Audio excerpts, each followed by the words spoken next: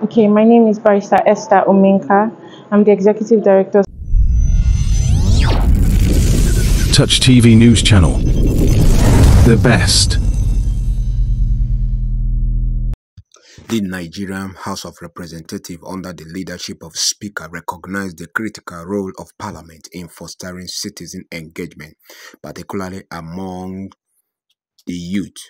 A key element of the legislative agenda of the 10th House is to promote active and structured engagement between the government and the youth on the governance issue.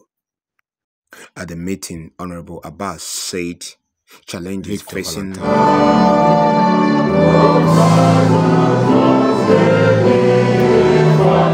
This is national planning and ensure that all public facilities and services are accessible. Following the recommendation, the legislative agenda of the 10th House of Representatives priorities sustain youth engagement and the legislative measure to promote youth political participation representation. At the interview with the Touch TV channel, My name is Barrister Esther Omenka. I'm the Executive Director, Starcrest for Women in Africa Foundation. I'm also a member of the Abuja Accelerator Cohort, a partnership between the Mandate Secretariat and the UN. Okay, ma. Today we are talking about the town hall meeting is holding here in House of Representatives Chamber, the youth group and organization. Now we are talking about way forward and some of the angry youth. Everybody is out in the city. So what is your take?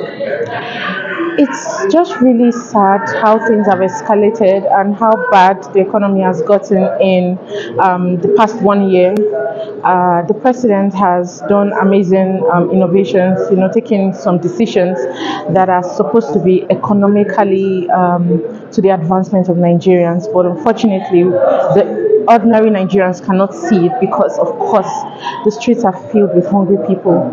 The economy is harsh right now.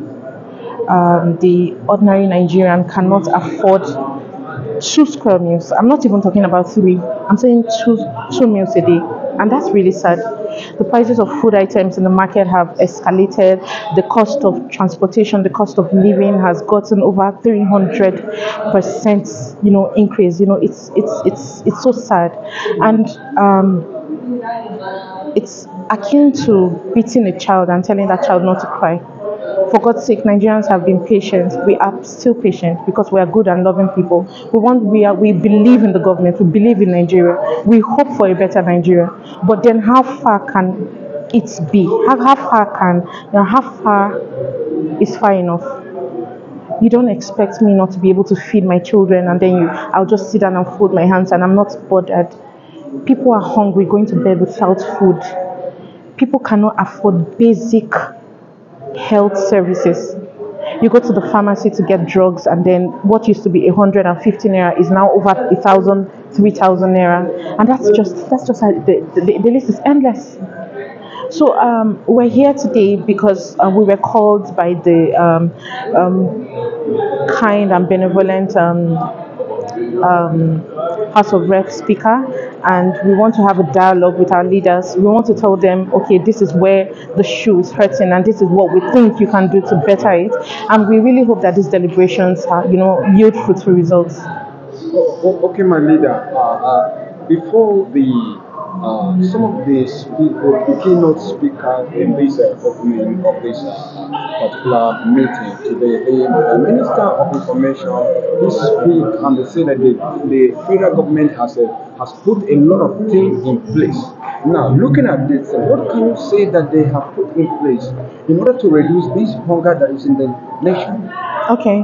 Particularly, I'm going to talk about what the Honorable Minister for Trade and Investment, Dr. Doris, spoke about, because I follow her actively on social media and I see the strides and the innovations that this government is putting in place. She talked about the partnership with SMIDA and BOI and some other organizations, which is working to ensure that Nigerians that are entrepreneurs are getting grants, to sustain their businesses, which is good. The other day, she also talked about some MOUs that the government is signing with other countries to, of course, encourage business, trade, and others. Just a few days ago, Nigeria signed an MOU with the United States for ease of business and others. And these are some of the things that encourage us and give us like a belief system in the government. And okay, yes, something is being done, but we want to know how much more we can be able to cushion this hardship. We want to know for how much longer we have to wait for the government to start making good their pledges to better the lives of the ordinary Nigerians. From your own point of view, are you saying that the protest should still proceed? Well, having underscored the aftermath of the Nigerian Civil War, I am an advocate for peace. I'd rather we sit down and talk about how the government seems to feel like the citizens should wait. I'd rather we have a conversation and let's look at how we can resolve everything amicably. I do not believe that Nigerians should be told not to protest. I believe that Nigerians should be given opportunity to air their views in the most peaceful way possible, which is one of the reasons why we are here. We air our views, they listen to us, we come and sit down and have like a synergy. Okay, this is what needs to be done to make life better for the ordinary Nigerians. Nigerians, if you're listening to this, please let us preach peace and not war. We are better together than apart. Thank you very much. Thank you so very much.